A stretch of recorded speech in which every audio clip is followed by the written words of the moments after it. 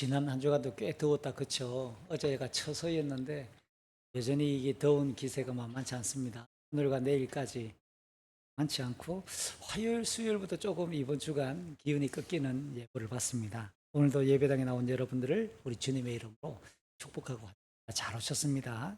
오늘 함께 나눌 설교 본 말씀을 보죠. 열왕기하 6장 24절부터 6장 24절부터 7장 20절까지 내용을 함께 살펴보도록 합니다. 6장 24절, 열왕기하 6장 24절, 그리고 7장 20절까지 쭉 한번 읽어보겠습니다. 같은 내용이라 중간에 자르기가 좀 애매합니다. 6장 24절.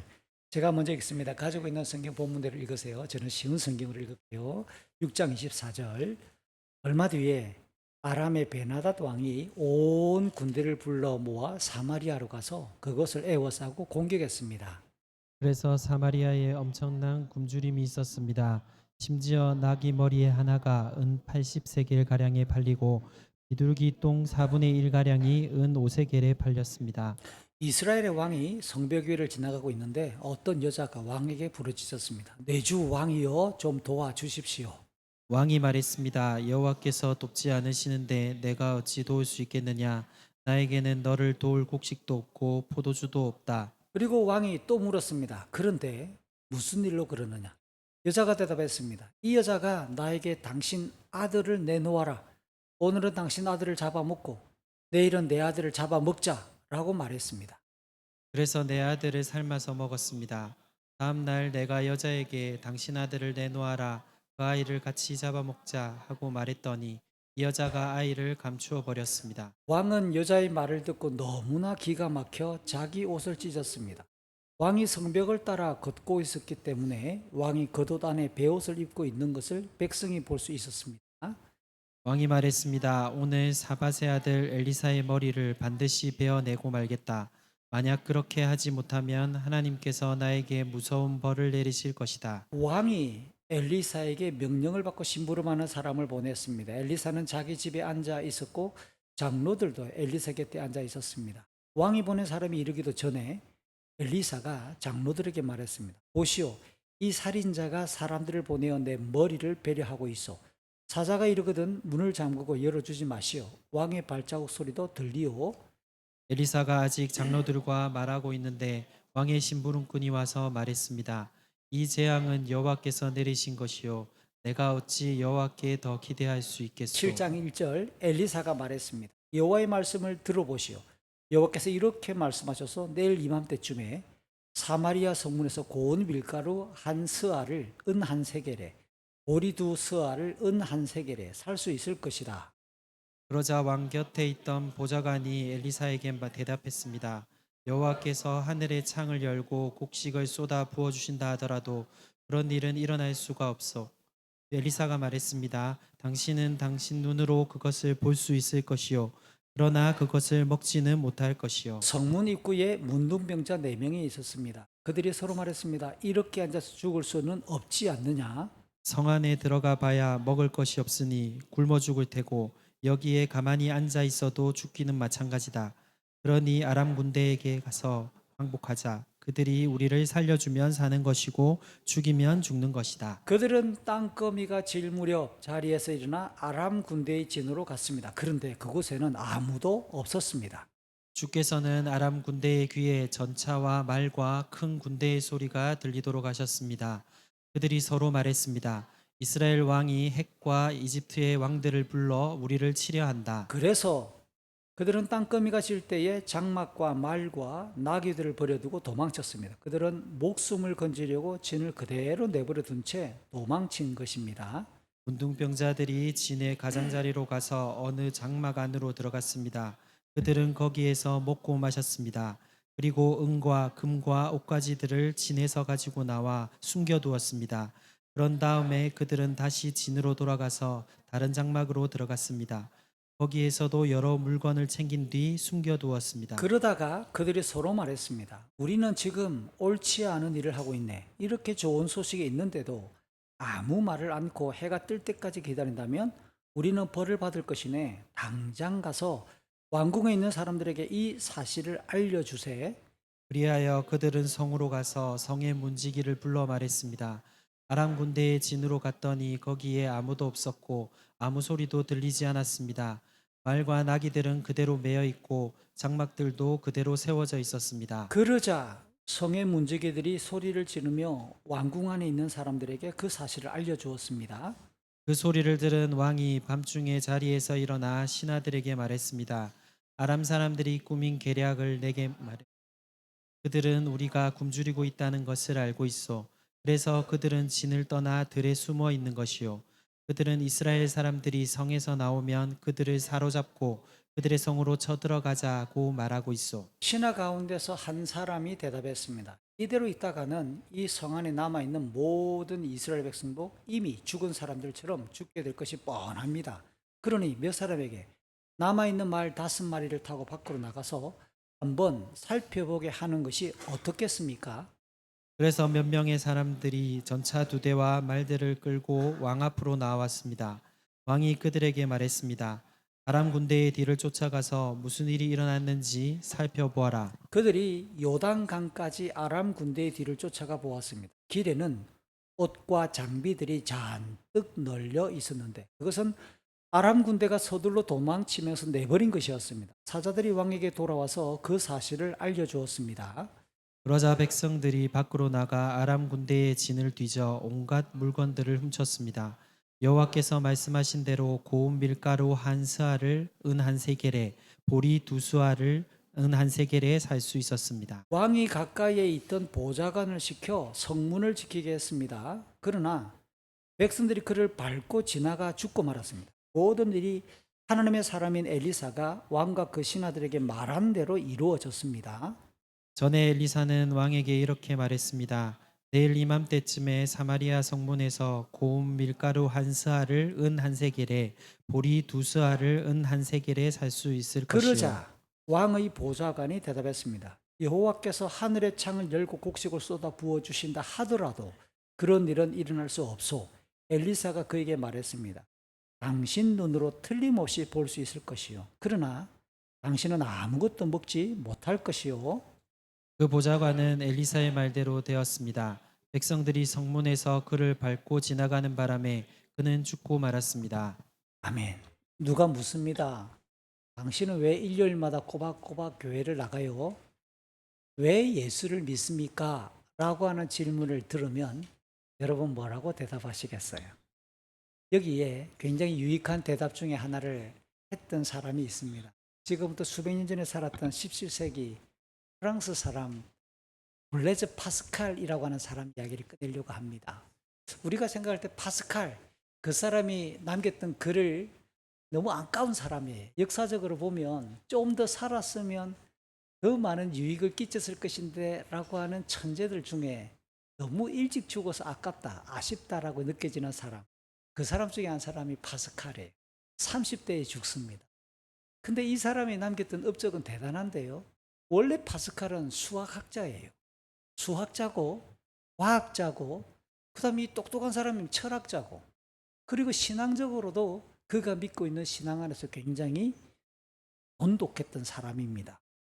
오늘 혹시 중학교, 고등학교, 대학교 혹시 확률 들어보셨어요? 확률 수학? 확률 이론을 최초로 정립한 사람이 파스칼입니다. 그러니까 파스칼이 신앙에 대해서 확률적으로 믿음과 신앙의 대상에 대해 손익값을 가지고 수학적 기대값을 가지고 대답을 합니다. 어떻게 대답을 하느냐? 이렇게 말합니다. 첫째, 내가 하나님을 믿는 선택을 해보자. 내가 하나님을 믿는 유익이 뭔가를 말해보겠다. 내 믿음대로 하나님이 계시다면, 하나님이 존재하신다면 천국이라고 하는 최상의 결과가, 최상의 값이 나에게 주어질 것이 아니냐. 근데 만약에 하나님이 존재하지 않다 하더라도 특별히 내가 잃을 것은 없지 않냐. 이해가 됩니까? 두 번째 이렇게 말합니다. 하나님을 믿지 않는 선택을 내가 한다. 내가 교회를 안 다니고 하나님을 안 믿는 선택을 내가 한다고 치보자. 그건 하나님이 없다고 내가 나름대로 생각하는 거니까.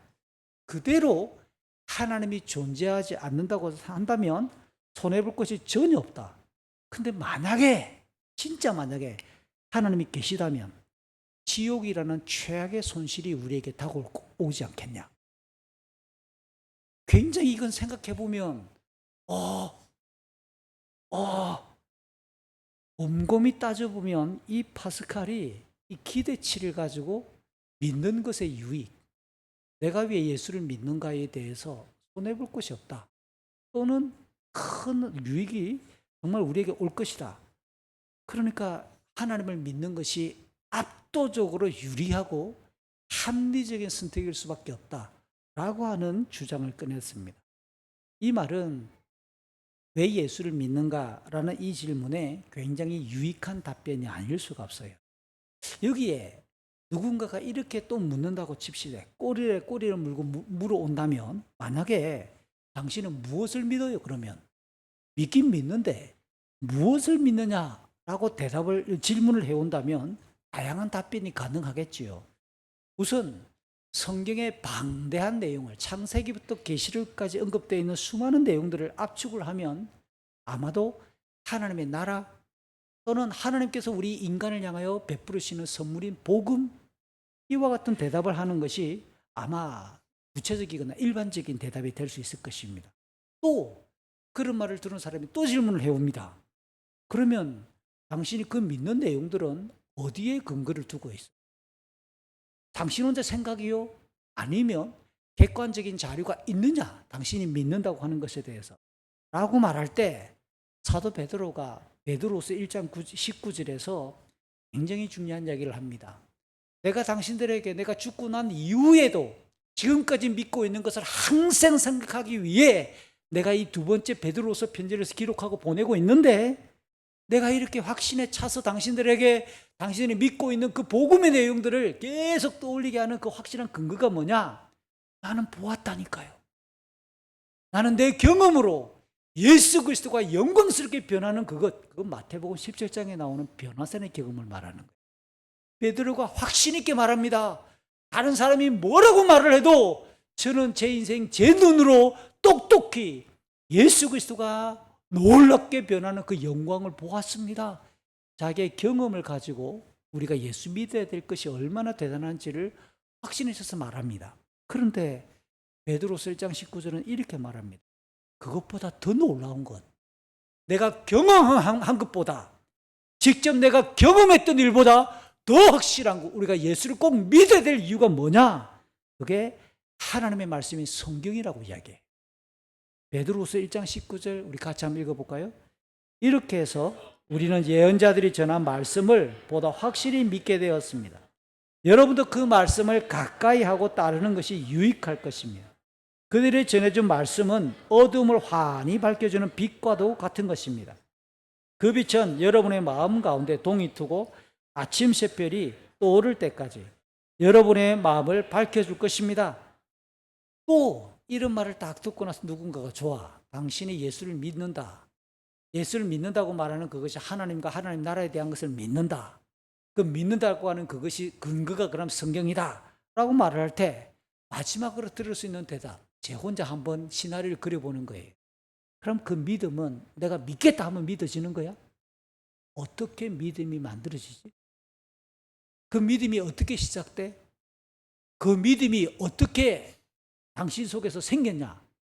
당신은 언제부터 그런 믿음이 생겼느냐? 어떻게 믿음이 형성되느냐라고 물어온다면 뭐라고 답하시겠어요? 제가 믿음에 대해서 자질구레하게 이런 식의 질문을 던지는 것은 처음 중학교 3학년 때 교회를 나간 이후로 제일 어려웠던 단어가 믿음이기 때문에, 믿음이 뭐지? 어떻게 해야 믿음이 생기지? 뭘 믿지? 중학교 3학년 16살 2월 달부터 제가 교회를 다니기 시작했는데, 교회를 몇 달 다녀보니까 앞에서 전사님이 설교하는데 한 80명이 모여있는 중동부 예배에서 설교하는데 계속 믿음 이야기를 하는 거예요. 예수 믿어야 천국 간다, 십자가를 믿어야 된다, 부활을 믿어야 된다, 천국을 믿어야 된다. 제 귀에는, 교회를 처음 다니고 있는 제 귀에는 다른 단어는 안 들어오고 믿음이라는 단어만 6개월 동안 계속 들어오는 거예요. 그러니까 저는 그 질문이 제 속에서 싹 드는 거예요. 믿음이 뭐야? 내가 믿는 거야? 아니면 교회를 다니는 거야? 뭘 믿어야 되지? 그 믿는다는 것에 따라서 나는 어떻게 행동해야 되지? 오랫동안 60이 가까이 다가오고 있는 제 나이 또래 아직까지 저는 믿음에 대해서 여전히 고민하고 있고, 성경을 읽고 설교하는 목사가 되고 난 이후에도 믿음이 무엇인가에 대해서 계속 주제를 삼는 것이 습관이 되어버려요. 마지막에 이런 것이 이 질문입니다. 믿음이 어떻게 시작된? 믿음이 무엇인가? 그때 제가 성경을 읽다가 찾았던 귀중한 선물이 에베소서 2장 8, 9절이에요. 너희가 그 은혜를 인하여 믿음으로 말미암아 구원을 얻었나. 저는 은혜가 구원에게만 연결되는 줄 알았어요.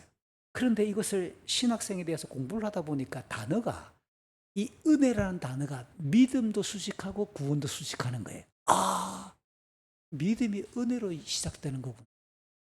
믿음이 나에게 선물로 다가오는 거구나.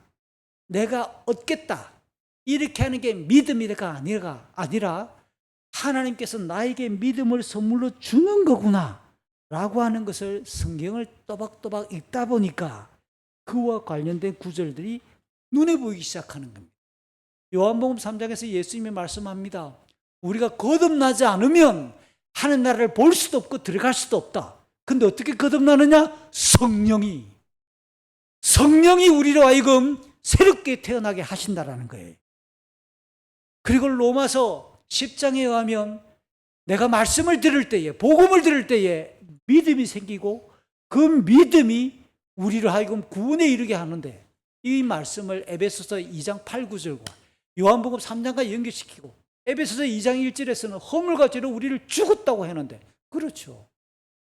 영적으로 죽어 있는 우리가 성령에 의해 거듭나지 않으면 하는 나라를 감각할 수도 없고 들어갈 수도 없는데, 영적으로 죽어 있는데 설교를 들었다고 해서 어떻게 믿음이 생기겠어요? 영적으로 죽어 있는 그 자에게 성령이 우리를 거듭나게 하시고, 아, 거듭난 자가 복음과 말씀을 들을 때 믿음이 생기는 거구나. 결론적으로 정리가 된 것은 믿음은 성령에 의해 주어지는 선물이다라는 겁니다. 그럴 때 믿음이 시작되는 거예요. 다만 믿음이 무엇인가라고 하는 이 질문에는 알미 필요해요. 지식이 필요해요. 내가 믿는다라고 하는 그 내용에 대해서 지식이 필요하고, 두 번째, 우리의 감정이 동합니다. 믿음이 생기고 나면 괜히 좋아요.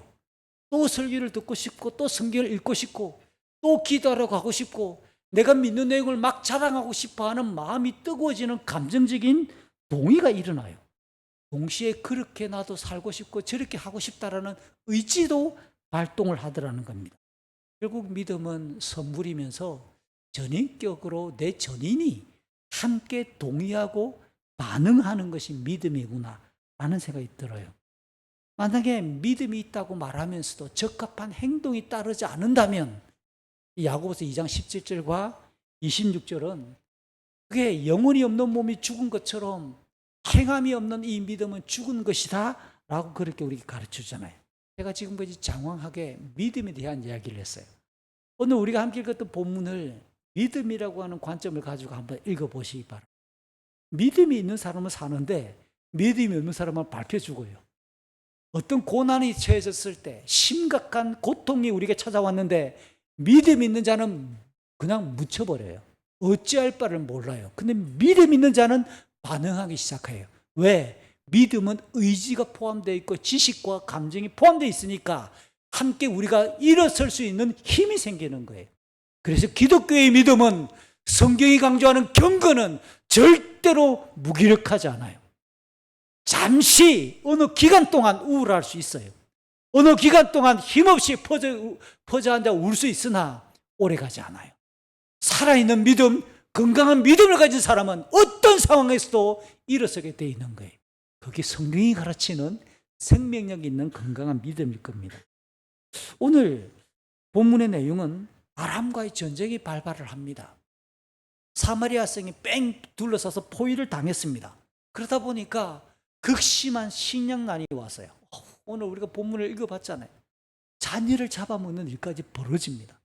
이와 같은 끔찍한 고통이 벌어지는 상황에서 엘리사를 통해 하나님은 놀랍게 단 하루 만에 그 끔찍한 식량의 문제가 해결될 것이라고 하나님은 말씀하셔요. 이 말씀을 믿어야 될까요? 안 믿어야 될까요? 여기에 믿음이 무엇인가라는 주제를 제가 설정하고자 하는 거죠. 본문을 살펴보기 전에 지난번에 살폈던 직전의 내용을 따져보면 6장 1절부터 23절의 내용입니다. 엘리사가 일으켰던 4장 1절부터 8가지의 연속되는 기적의 단락을 쫙 설명을 했는데요. 그 중에 7번째와 8번째 기적의 내용이었죠. 선지생도가 나무를 하기 위해 도끼를 빌려서 강가에서 그냥 도끼를 베다가 숭 하고 그냥 도끼가 물에 빠져버렸네요. 아니, 도끼가 쇳덩어리가 물에 빠졌는데 엘리사가 나뭇가지를 꺾다가 툭 던졌더니 그냥 물속에 빠졌던 도끼가 떠오르더라. 야, 이게 이런 일이 한번 여러분 오늘 오후에 여러분 집 주변에 있는 또랑개가 한번 실험해 보세요. 돌 하나 던져놓고 나뭇가지 던져가지고 떠올라라. 떠올라라. 한번 해보시기 바랍니다. 될까요? 안 될까요? 우리는 안 됩니다.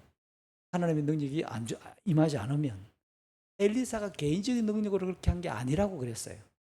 하나님이 그에게 주시는 감동을 따라 하나님 주시는 능력을 그는 대행할 뿐이에요. 8번째는 뭐였습니까? 세상에 이 엘리사가 아람 왕의 침실에서 주고받는 대화까지를 다 알고 있는 사람. 그래서 이스라엘을 공격하려고 하는 그런 일이 벌어지고 계획이 세워질 때마다 엘리사가 이스라엘 왕에게 말을 해서 그 지역을 딱 튼튼하게 방비하니까 아람 군대가 쳐들어오려고 하다가 실패하고 쳐들어오려고 하다가 실패하고 번번이 실패합니다. 한두 번도 아니고. 그러다 보니까 이 아람 왕이 너무 화가 나서 엘리사를 잡아야 되겠다. 군대를 보내어서 엘리사가 있는 마을 전체를 뺑돌로 쏴버립니다. 하나님께서는 엘리사의 기도를 들으시고 아람 군대의 눈을 멀게 해버려요. 그곳에서부터 사마리아로 이 아람 군대를 끌고 가서 또 사마리아 한가운데 왕궁 앞에 딱 세워놓고 또 기도합니다. 하나님, 다시 눈을 뜨게 해주세요. 그랬더니 아람 군대의 눈이 밝아져서 그냥 눈 떠보니까 이게 이스라엘 왕궁 앞에 자기들이 도일해 있는 거죠. 살았으나 죽은 목숨 아니겠어요? 그런데 엘리사는 그들을 죽이지 말고 배불리게 먹이고 마시게 해서 환대를 해서 돌려보내십시오 라고 하는 내용을 살펴보았어요. 이 내용을 통해 우리가 함께 읽어볼 때 하나님께서는 우리 개개인의 일상에서 벌어지는 일들도 그리고 온 국제적인 문제나 국가적인 문제나 이 지구촌이 겪고 있는 재난과 엄청난 지구 전체의 문제까지도 모두 하나님 손안에 있다. 하나님의 섭리 속에 있음을 함께 살펴보면서 우리가 하나님을 믿는다고 말을 할 때 우리는 어떻게 반응해야 될 것인가를 함께 살펴보았더래요. 자, 이제 이어지는 오늘 보면 6장 24절을 보니까 쉬운 성경은 얼마 뒤에라고 번역을 했는데요. 같은 내용이긴 합니다. 히브리 성경을 보니까 이후에라고 읽을 수 있는 단어입니다. 라고 시작을 해서 앞의 이야기와 전혀 동떨어지는 내용이 아니라 앞의 이야기를 읽고 이해를 한다면 오늘부터 새로운 이야기가 쉽게 이해가 될 것이다. 이런 느낌으로 말을 합니다. 구체적으로는 얼마나 시간이 흘렀는지 그 단위를 말하지 않아요. 뭐 1년이 지났는지 6개월이 지났는지 그런 구체적인 시간에 대해서는 침묵하고 있지만 앞의 이야기와 이어지는 맥락에서 이후에 이렇게 말을 합니다. 아람의 베나다 왕이 이제는 한두 명이 아니라 온 군대를 아람에 있는 모든 군대를 총동원을 내립니다. 이 총력전이죠.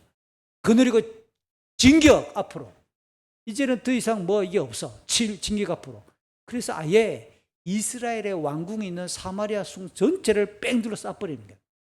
사마리아 성을 완전히 포위해서 에워싸는 전략으로 그냥 쑥 들어와 버렸습니다. 여러분 보세요. 한 나라가 침략해 들어왔는데 이스라엘의 심장, 이스라엘의 수도 사마리아 왕궁을 그냥 쑥 둘러싸고 한꺼번에 왔다. 그 사이에 이스라엘 군대는 왜 방어를 안 했을까? 이건 뭐 전쟁이 안 되는 거예요. 몰려오는 그 세력을 보니까 이스라엘 군대는 아마도 칼을 한번 들거나 활을 한번 당겨보자 라는 생각이 안 들 만큼 어마무시한 아람 군대가 저벅 그 규모에 그냥 뭐 손쓸 방법이 없어요. 그냥 한꺼번에 쑥 들어와 이스라엘 내부 그것도 왕궁을 뺑 둘러쌀 만큼 그냥 접근을 해버린 거죠. 그리고 그냥 막 왕궁 앞에 그냥 퍼져 있는 게 아니라 성을 뺑 둘러쌌다니까요. 완전히 뺑 둘러쌀 만큼이라면 어마어마한 규모의 군대가 쳐들어왔다라는 거잖아요. 베나닷 왕의 마음이 읽혀집니까? 아람 왕이 무슨 생각으로 도대체 이와 같은 총력전을 펼쳐서 여기까지 왔냐 말이죠. 아람 왕은 무슨 생각으로, 무슨 마음으로 이렇게까지 모든 군대를 소집해서 왔을까? 그동안 앞선 내용을 다시 떠올려 보세요. 엘리사의 활동을 그는 이야기를 들었고, 이 엘리사 때문에 몇 차례나 이스라엘을 여기저기 침략하려고 했던 계획들이 수포로 돌아가는 것을 경험해 봤잖아요. 엘리사를 붙잡기 위해 군대를 제법 많이 보냈으나 그들도 실패를 하고, 심지어 자기 군인들을 배부르게 먹여서 죽이는 게 아니라 배부르게 먹여서 되돌려 보냈다, 이런 이야기까지 다 듣고 나니까 왕이 순식간에 놀라면서도 얼마나 자존심이 상했을까. 그러니까 여러분, 아람 왕 입장에서는 이 자존심 상한 것을 어떻게 보상을 받고 싶으냐, 해보자는 거야. 또 해보지. 그럼 다시 전열을 갖다 듣고 이제는 내 아람 군대의 모든 사람을 총력 다 해보겠다, 한번 붙어보자. 그러니까 죄라는 게 얼마나 무식하고 센지 몰라요. 이쯤 되면 제 생각에는 아람 왕이, 제가 지난주에도 그랬잖아요, 진짜 정신 차리고 엘리사가 그 정도의 능력이 있다 그러면 엘리사 죽을 때까지 기다려야 되는 거예요. 그럼에도 불구하고 모든 군대를 총동원해보자, 한번 해보자, 누구나 사나 한번 해보자, 총동원하겠다. 죄질은 이런 거예요. 죄라는 게 얼마나 지저분하고 끔찍하고 질기고 파괴적인지 이렇게까지 총동원령을 다 내려서 아예 그냥 이번에야말로 엘리사가 뭐고 그냥 왕궁 전체를 삶아버리겠다, 사마리아 전체를 내가 그냥 막 불질러버리고 굶겨 죽여버리겠다, 이런 불타는 의지를 가지고 아람 왕이 쳐들어왔다라고 하는 거죠. 되게 옛날 전쟁, 고대 세계의 전쟁의 장면을 보면 성을 높이 쌓았던 그 성 안을 함락하는 방법이 크게 보면 두 가지입니다. 한 가지 방법이 뭐냐, 단기간에 그 성을 정복하려고 할 때는 뭐 영화 많이 보셨죠? 거대한 뭐 나무로 만든 이거 밀고 와가지고 쿵쿵 성벽을 치고 사다리를 이렇게 해놓고 전기가 앞으로, 그럼 뭐 군인들이 사다리를 걸쳐놓고 성벽을 타고 올라가잖아요. 그럼 성벽 안에 있는 사람들이 그 위에 뭐 행주대처럼 뭘 던지고 끓는 물 붓고 똥 뿌리고 막 활 쏘고 막 이렇게 합니다. 이렇게 해가지고 결국 성벽을 타고 넘어가거나 성벽을 부수면 그 속에 들어가서 성문을 열고 욱 들어가서 이기는 거 아니에요. 이런 경우의 싸움은 공격하는 쪽에서 상당한 피해를 각오합니다. 우리 군대의 10분의 1, 20분의 1 또는 5분의 1 죽어도 상관없다. 그러나 빨리 끝내야 되겠다. 커다란 피해를 각오하고 단기간에 저 성을 정복하자 할 때는 이와 같이 좀 무식한 방법이죠. 이렇게 가는 거예요. 두 번째 방안이 있어요. 그게 뭐냐? 와가지고 성문과 주요 성의 출입구를 딱 봉쇄 앞에서 막아놓고 기다리는 겁니다. 어차피 성 안에 있는 사람들이 들락날락하면서 곡식이나 물건을 거래해야 살아가는데 그게 없을 때까지 그냥 밖에서 기다려보자는 거죠. 이거는 시간이 많이 걸립니다. 어떤 경우는 1년이고 2년이고 죽치고 사는 겁니다. 그냥 성을 포위하고 성문 앞에서 기다리며 그냥 성이 아이고 난공불락의 요새 좋아 그러면 한번 해봐. 그래 놓고 그냥 성의 출입을 봉쇄해 놓고 그들 스스로가 망할 때까지 기다려보자. 또 하나의 방법이 뭐냐? 성을 딱 성 앞에 와놓고 흙이나 주변에 있는 돌, 흙들을 퍼오기 시작합니다. 성벽의 높이만큼 밖에서 토성, 흙성을 쌓아 올리는 거예요. 그렇게 해가지고 높이를 맞춰놓고 그냥 따라 진격한 겁니다. 어쨌든 두 번째 방안은 시간이 많이 걸려요. 시간이 많이 걸려서 굶어 죽을 때까지, 자중질환에 이르는 데까지 기다리거나 밖에서 토성을 쌓아 올려서 성 쌓는데 시간이 걸리니까 흙길을 만들어가지고 성 높이만큼 어느 정도의 길을 만들어 놓고 밀고 들어가겠다라고 하는 거예요. 오늘 이야기를 가만히 읽다 보니까 오늘 본문은 두 번째 방법입니다. 이들이 와가지고 이 사마리아를 삥 둘러 포위한 채 그냥 압박하는 거예요. 진치고 기다려보잖아. 또 시간이 얼마나 지났을까요? 이렇게 아람 군대가 쳐들어와서 사마리아 성을 삥 둘러쌌는지 얼마나 시간이 지났는지 오늘 보면 또 지나간 시간은 말해주지 않아요. 6장 25절부터 30절, 6장 마지막 절까지 보니까 이렇게 해서 사마리아 안에 배고픔이 발생하기 시작합니다. 식량난이 벌어지는데 두 가지 그림을 우리에게 소개해요. 얼마나 사마리아가 핍절해지는지. 첫 번째, 그게 이게 보니까 오늘 본문을 보니까 이 사마리아 성 안에 어마무시한 이게 물가가 천정부지로 치솟습니다. 25절이죠. 평소에는 거들떠보지 않았을 나귀 대가리 하나가, 이 대가리라고 말하니까 좀 어감이 그렇습니까? 표준말입니다. 짐승에게는 머리라는 말을 붙이면 안 됩니다. 사람에게만 머리고 짐승은 대가리가 표준말이에요. 이 나귀 대가리 하나가 은 80세겔에 거래가 되었다라는 거예요. 그리고 비둘기 똥 4분의 1 값, 우리 시온 성경은 단위가 빠졌는데 히브리 성경을 보면 카브라고 하는 단어고 개역 성경은 예전에 값이라고 표현을 잘했습니다. 4분의 1 값 가량이 은 5세겔에 팔렸다. 이게 무슨 말이냐? 그건 단위를 조사해 봤습니다. 1값은 2리터쯤 됩니다. 대략. 비둘기 똥 1값은 2리터인데 4분의 1이니까 500ml. 이게 편의점이나 마트에 가면 우유 제일 큰 거 말고 중간 사이즈 그게 500입니다. 그 정도의 큰 컵 뭐 2개 정도, 2컵 정도 이게 500인데 그게 은 5세겔에 팔렸다. 여기 나오는 그러면 은 80세겔, 5세겔 이게 얼마큼 되는가를 성경 안에 있는 내용으로 한번 조사를 해봤습니다. 레위기를 보니까 레위기 27장에 누군가가 자기를 하나님께 헌신해가지고 평생 동안 하나님께 자기 몸을 드리고 싶어. 드리고 싶다라고 할 때 실제로 드릴 수 있는 사람이 있는 반면에 마음은 꿀떡 같으나 내 몸을 드릴 수 없는 상황이 있을 때 이걸 세겔로 바꾸어서 하나님께 헌금으로 대체할 수 있는 거예요. 몸값을 헌금으로 바꿀 수 있는 겁니다. 그 몸값을 보니까 제일 건장한 남자 20세에서 60세까지 제일 튼튼하고 일을 잘할 수 있는 남자의 몸값 그게 은 50세겔이에요. 태어난 지 1개월밖에 안 된 남자 아기부터 5세까지의 영유아들의 몸값이 은 5세겔입니다. 자, 그러니까 비둘기 똥 4분의 1, 비둘기 똥의 500ml쯤 되는 그 값이 뭐냐? 이게 어린이집에 다니는 아이, 남자아이의 몸값하고 똑같은 수준이에요. 안 놀라네요. 이런 패역한 백성들을 봤나?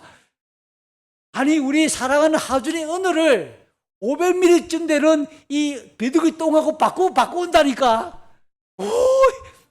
속상하잖아요. 이렇게 물값이 뛰다니. 와, 이게 말이나 되나? 여러분, 이게 나귀 대가리는 이스라엘 사회에서 평소에 식량으로 잘 안 써요. 그러니까 평소에는 거들떠보지도 않고 나귀 대가리 하나 삶았는데 얼마나 나올까요? 그게 먹고 뜯을 수 있는 게. 거기서 볼살을 발라먹고 이맛살을 발라먹고 근육을 발라먹는다고 해서 얼마나 나올까? 그게 80세겔. 여러분, 이 80세겔이 얼마나 큰가 좀 더 가까운 내용으로 바꿔보죠. 사무엘하 24장을 가보세요. 사무엘의 맨 마지막 장입니다. 다윗이 인구 조사를 했다는 것 때문에 하나님께 징벌을 받습니다. 그때 아라우나라고 하는 타작마당을 삽니다. 그 타작마당이 나중에 성전에 지어질 땅이 됩니다. 마당을 하나 사고 그곳에서 제사를 드리기 위해 하나님께 소 한 마리를 끌고 옵니다. 소 한 마리 플러스 타작마당 가격 이 두 가지 합쳐서 다윗이 지불할 것이 은 50세겔이에요. 그런데 오늘 보니까 나귀 대가리 하나가 얼마? 80세겔. 부동산이 나오니까 놀래네요. 이게 진짜 이게 말이 될 만한 거냐고, 이게. 어떻게 이런 일이 벌어질 수 있냐고, 이게. 비둘기 똥에 대해서도 한번 분분했습니다. 2000년 동안 교회 역사에서 오늘 본문에 이 비둘기 똥이 뭔가에 대해서 고민을 많이 했는데 몇몇 사람들은 세상에 사람들이 어떻게 똥을 먹냐라고 해서 비둘기 똥처럼 생긴 거, 이 비둘기 똥 혹시 보셨어요? 이 우리 지수민에는 비둘기 이게 잘 안 보여가지고 비둘기 똥처럼 생긴 콩을 말할 것이다. 이게 가장 일반적인 해석 중에 하나입니다. 오랫동안 해석해 왔습니다. 비둘기 똥처럼 생긴 그 콩이 500ml 정도 되는 거, 이 콩이 이만큼 되는 게 그 정도 값이었을 것이다. 비둘기 똥을 콩으로 해석하는 사람들이 많았어요.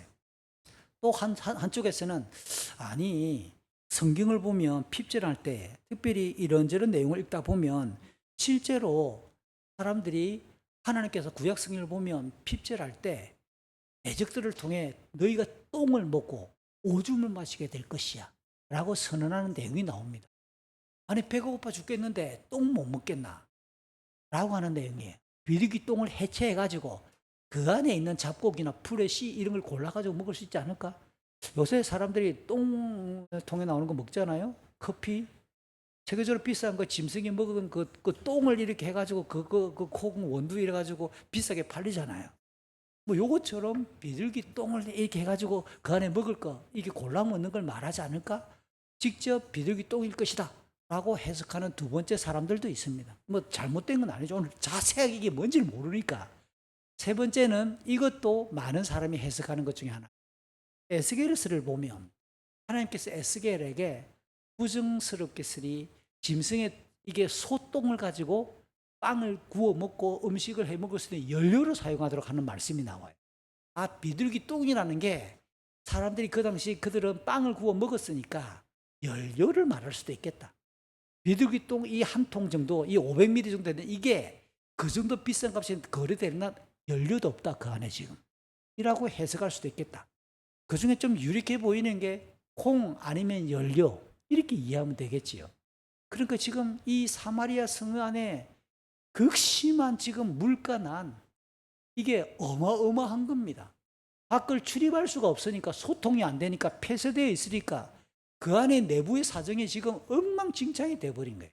두 번째, 지금 이 아람 군대가 사마리아를 삥 둘러싸고 있는 상황이 어떤 일이 벌어지느냐. 26절부터 30절이죠. 세상에 진짜 먹을 것이 없으니까 엄마들이 자기 자녀를 잡아먹었어요. 이스라엘 왕이 성벽 위를 또벅또벅 이렇게 근심하면서 걸어가고 있는데 한 여자가 소리칩니다. 왕이여 도와주십시오. 그렇게 하는 말이 뭐냐. 자초지종 이야기를 들어보니까 한 여자와 옆집에 있는 여자가 둘이서 작당을 해가지고 먹을 게 없으니까 오늘은 네 아들 잡아먹고 내일은 우리 아들 잡아먹자. 됐다. 그래서 결국 이 여자가 자기 아들을 삶아서 먹었대요. 아, 이건 말하기가 참 좀 말하면서 좀 애매합니다. 아들을 삶아서 잡아먹었대. 그 다음날이 되었습니다. 옆집 아줌마한테 가가지고 야 이제 오늘 너가 아들 잡아먹자 꺼내. 그랬더니 이 여자가 자기 아들을 숨겼대. 그러니까 이 어제 자기 아들 삶아먹은 여자 입장에서는 우리 아들만 사라지고 저 여자가 저거 지아는 안 내놓고 화가 난 거예요. 이걸 가지고 이 억울함을 풀기 위해 왕 앞에 지금 떠들고 있는 거야. 이런 일이 벌어졌습니다 라고 이야기를 합니다. 이 말을 들은 왕이 백성들의 삶을 책임지는 왕이 어떻겠어요? 그래서 왕이 기가 막혀 입고 있던 왕의 겉옷을 푹 찢어버리니까 안에 속옷, 배로 만든 배옷이 드러날 정도로 드러났어요. 배옷이 드러난다, 옷을 찢었다. 이거는 구약 성경에서 극단적인 슬픔과 고통을 드러내는 행동이죠. 율법에 의하면 이런 일이 어떻게 벌어지는가? 레위기 26장이나 신명기 28장을 읽어보면 하나님의 백성들인 이스라엘이 만약에 하나님께 불충실하고 하나님의 말씀에 불순종하게 될 때 하나님이 진행하실 진노와 하나님이 일으키시는 그 징벌의 내용을 보면 참혹하고 끔찍한 내용이긴 하지만 심지어 자녀를 잡아먹게 될 것이다 라고 하는 내용이 두 번이나 레위기와 신명기에 기록되어 있습니다. 지금 사마리아 성 안에서 여인들이 엄마가 세상에 아들을 삶아 먹었다, 잡아먹었다. 우리 초등부 친구들 엄마 얼굴 한번 쳐다보세요. 엄마가 나를 갑자기 물을 큰 솥에 끓이고 있으면 도망가십시오. 우리 집으로 도망오십시오.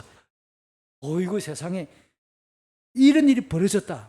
그러면 이게 뭡니까? 겉으로 보기에는 아람 군대가 침략을 해가지고 사마리아를 삥 포위해서 벌어진 일처럼 벌어지지만 조금 정신 차리고 성경을 아는 백성들 입장에서 보면 이게 무엇 때문에 벌어진 일이다?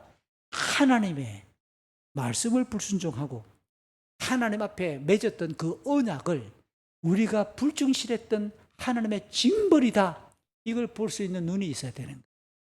지금 벌어지고 있는 이 고난이 어떻게 이 고난이 벌어졌는가? 겉으로 보면 아람 군대 때문이에요. 그러나 실상은 우리 전체가 하나님 앞에 끔찍하게 지금 나아가야 되겠다라고 하는 상황이에요. 자, 그럼 이 문제를 해결하려면 어떻게 해야 되냐고요. 언약에 신실하신 하나님을 찾는 것이 핵심이죠. 이럴 때 모든 백성이 왕이 옷을 찢었으니까 사마리아 성 앞에 성 백성들에게 이야기를 해서 어차피 먹을 음식도 없잖아요. 지금부터 금식하고 지금부터 모두 집 앞에 나와 하나님의 이름을 부르며 살려달라고. 우리가 그동안 아버지 아합 때로부터 범했던 모든 우상들을 불태우고 지금 하나님 앞에 우리가 그동안 제대로 살지 못했던 죄를 용서를 빌며 그들이 통곡하며 하나님께 매어 달리는 것이 핵심이어야 되는 거예요. 그렇지요? 이래야 되는데 그 끔찍한 일이 이런 일이 이후에 열왕기서를 계속 읽어 나가다 보면 특별히 예레미야, 에가나, 에스겔서를 보면 유다가 예루살렘이 멸망할 때에도 똑같이 사마리아뿐만 아니라 유다 사람들도 예루살렘 사람들도 자기 자녀를 잡아먹는 일이 벌어져요. 그러니까 이런 정신 차리지 못하고 신앙적으로 보지 못할 때 믿음의 눈이 없을 때 인간적인 방법으로 그 문제를 해결하려고 하면 문제는 더 커지는 거예요. 더 비참해지고 더 끔찍해지고. 여러분 잘 생각하시기 바랍니다. 인생을 살다가 보면 우리가 원하지 않는 예상하지 못했던 고난이나 시련이 옵니다. 그럴 때 항상 우리는 하나님 앞에 주여 엎드리기 시작할 때 우리가 길을 만들지 않아도 하나님이 길을 내기 시작한다는 사실을 성경을 통해서 여러분이 기억하시길 바랍니다. 그런데 6장 31절부터 마지막 33절의 내용을 보니까 이스라엘 왕의 처방이 뭘까요? 이런 상태쯤 됐을 때 왕이 어떤 태도를 보이고 어떻게 반응하는 걸 보잔 말이에요. 너무 뜻밖이에요. 언약, 하나님을 찾는 신앙, 믿음, 하나님의 말씀인 율법 이런 거하고는 전혀 상관이 없는 진짜 불신앙자의 태도를 그대로 보여주는 거예요. 우선 이 왕은 열왕기하의 맥락을 보면 요람 왕, 여호람 왕이에요. 지독한 이 식량난을 해결할 수 있는 길이 언약의 하나님 여호와께서 도와주셔야 한다라는 막연한 생각은 있어요. 하나님이 우주를 통치한다라는 막연한 생각은 있어요. 그도 이스라엘 사람인데 왜 하나님의 이름을 떠올리지 않겠어요? 왜 이런 생각을 갖지요?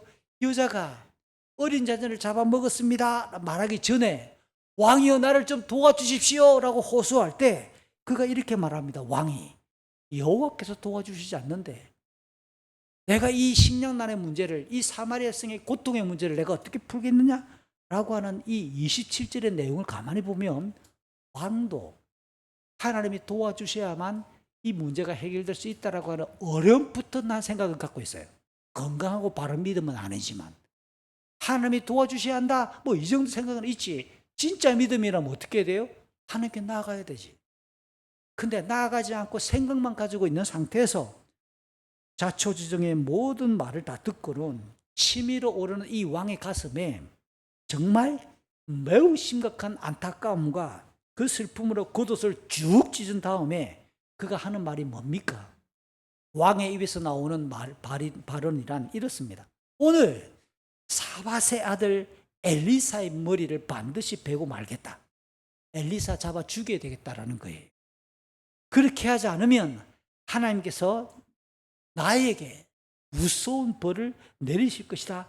31절 그렇게 말을 덧붙이면서 반응하는 겁니다.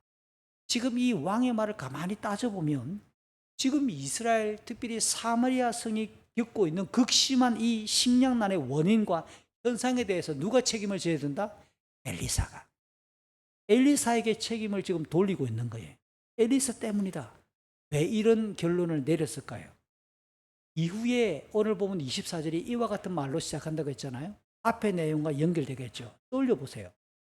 이 엘리사가 사마리아 성까지 아람의 군대를 데리고 왔을 때 죽이려고 했는데 왕은 엘리사가 죽이지 말고 음식을 많이 먹여가지고 잘 대접해서 보냅시다 라고 그렇게 말을 했잖아요.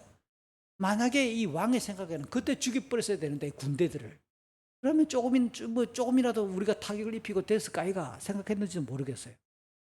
아니면 지금까지 아람으로부터 이스라엘의 안보를, 이스라엘을 지키기 위해 엘리사가 이러쿵저러쿵 조언을 해주고 상담을 해주고 지시를 해주었는데 왜 지금은 엘리사가 아무런 대책을 내놓지 않느냐? 그때는 도와주더니 왜 지금은 안 도와주느냐? 나쁜 배신자. 그래서 엘리사에 대한 실망감 때문에 오늘 엘리사의 목을 베어야 되겠다고 말하는지 모르겠어요. 어쨌든 왕이 지금 엘리사를 죽여야 한다라고 하는 이 결론은 사마리아의 기근, 이 배고픔의 문제를 근본적으로 해결할 수 있는 방책이 아니라는 겁니다. 종종 우리가 실수하는 게 뭐냐면 화가 나거나 어떤 고통의 상황이 생길 때 막 그냥 분노가 치밀어 오릅니다. 그러면 여러분 화를 내고 짜증을 내면 문제가 풀어집니까? 그러면 내세요. 그런데 화를 내고 분노가 치밀어 올랐을 때 내 마음이 조금 시원해지거나 내가 화를 냈으니까 내 마음이 조금 이렇게 짜여 있는 게 풀어졌다. 그거는 효과가 있을 거예요. 심리 상담적으로 효과는 있을 거예요. 그러나 팩트, 벌어진 일들이 수습이 되던가요? 이걸 구분할 필요가 있다는 겁니다. 기분이 나쁜 거하고 엘리사의 목을 베는 거하고는 다른 문제잖아요. 그렇다고 해서 사마리아에 먹을 것이 나오면 엘리사 목을 치면 목에서 갑자기 쌀이 확 쏟아집니까요? 이게 좀 무슨 이야기입니다. 엘리사의 목을 딱 치는 순간 그 머리 안에서 보리가 막 쏟아져 나와가지고 그냥 온성이 그냥 다 나올까요? 그게 아니잖아요.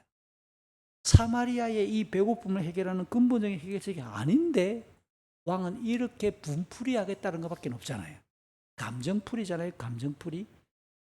차라리 엘리사를 통해서 그동안 도움을 받아봤잖아요. 그럼 어떻게 해요? 엘리사에게 가자. 엘리사여, 하나님이 뭐라고 말하는지 제발 기도 좀 해주라. 이래야 되는 거 아닐까? 죽이는 게 아니라. 그래서 엘리사를 찾아가 도움을 요청하는 것이 바람직하다라고 하는 처왕인데 엉뚱하게도 감정풀이로만 엘리사를 죽여야 되겠다라고 생각하는 것은 아무런 도움이 안 된다는 겁니다. 그래서 왕은 엘리사의 머리를 베야 되겠다 생각으로 그친 게 아니라 진짜 엘리사를 죽이기 위해 신하를 엘리사에게 보냅니다. 물론 엘리사는 아람 왕의 침실에서 주고받는 대화까지 모두 알고 있을 만큼 하나님의 능력을 갖고 있는 사람이니까 이스라엘 왕이 자기에게 자기를 죽이기 위해 사람을 보낸다고 하는 내용도 충분히 알고 있겠지요. 모를 리가 없지 않을까요? 그래서 그가 집에 있을 때 그 옆에 장로들이 함께 모여 있었는데 장로들에게 말합니다. 지금 왕이 나를 죽이기 위해 그 살인자가 온 사마리아 성을 사람들을 도탄에 빠뜨리고 굶어 죽게 만드니까 왕은 지금 백성들을 살리는 자가 아니라 죽이는 자예요. 그 살인자, 백성들을 살리는 자가 아니라 죽이고 있는 바로 그 살인자가 나를 죽이기 위해 사람을 보내고 있습니다. 그 신하가 도착하면 문을 열어주지 마세요라고 엘리사는 훤히 알고 있는 거죠. 바로 그때 진짜 왕이 보낸 신하가 엘리사가 머무는 집에 도착을 했습니다. 그래서 사마리아에 임한 이 그 재앙은 여호와께서 내리신 것이다 라고 막 떠들어대면서 그런데 여호와가 더 이상 도와주지 않고 있다 뭐 이런 횡설수설에 가까운 말을 31절 32절 쏟아내는 거예요. 당연히 이 신하의 말은 왕의 말을 그대로 읊거나 반영하는 거겠죠.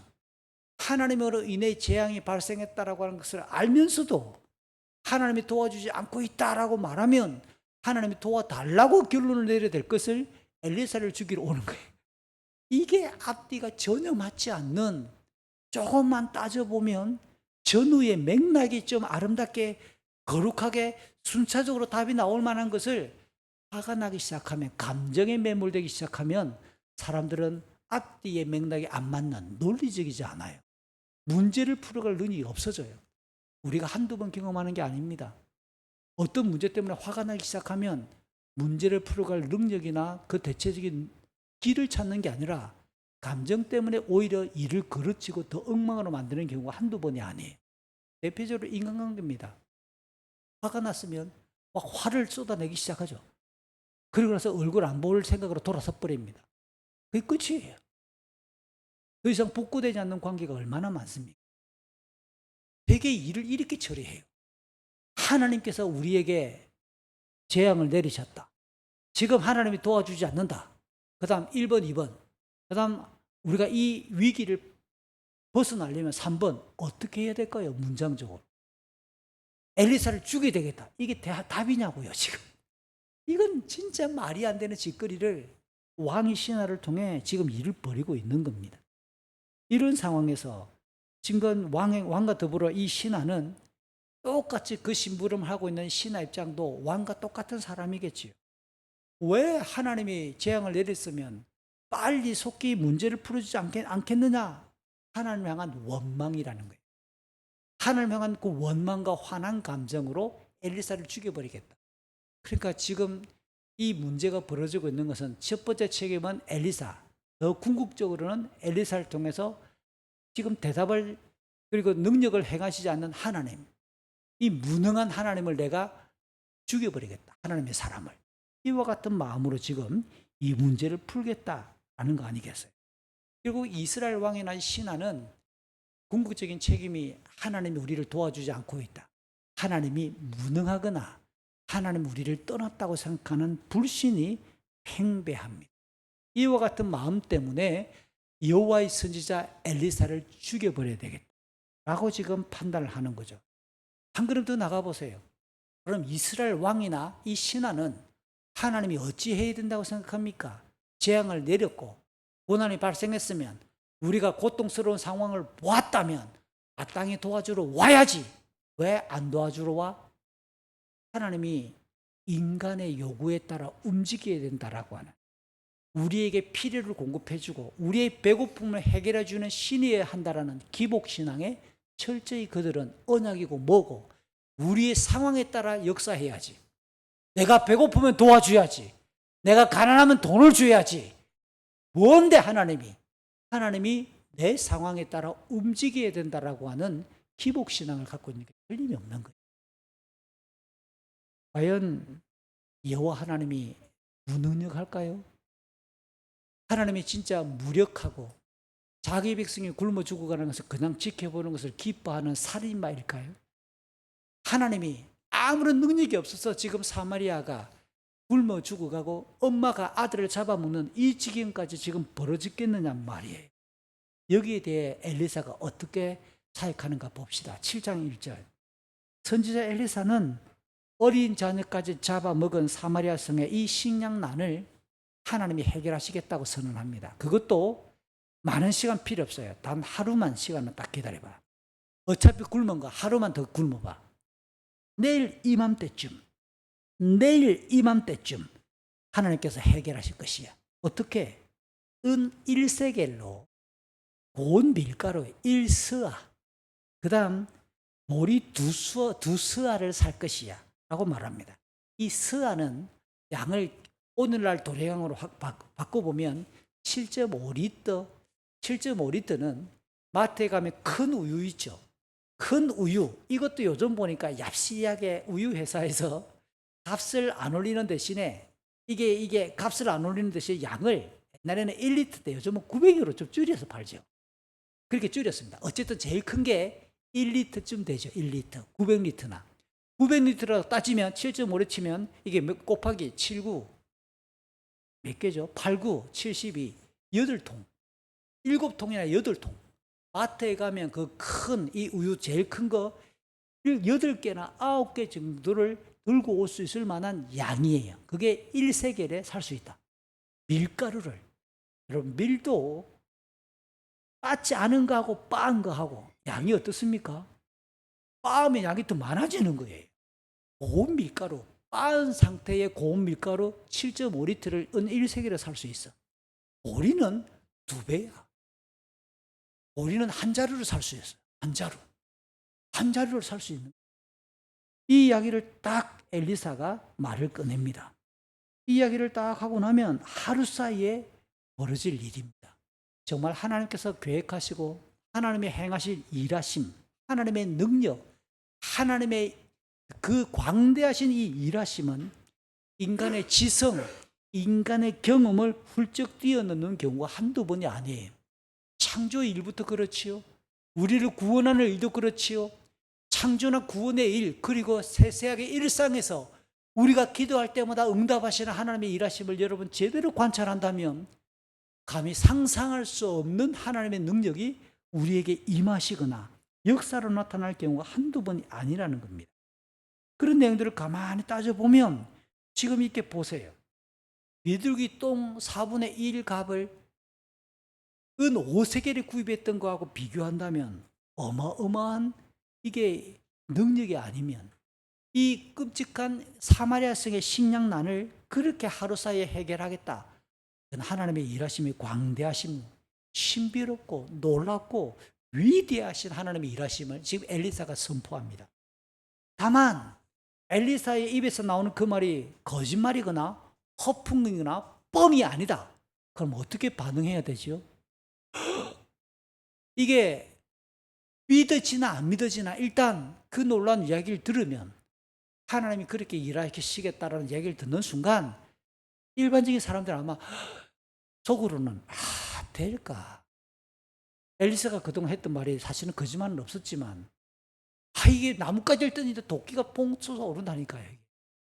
엘리사가 그동안 했던 일들을 떠올려 본다면 엘리사의 저 말이 진짜 또 이루어질까 아닐까 반신반의쯤 해야 되잖아요. 반쯤은 믿어줘야 될 거 아니에요. 반쯤 믿어줘가지고 그럼 침묵이라도 하고 있든지 뭐 그래야 되는 거 아니에요.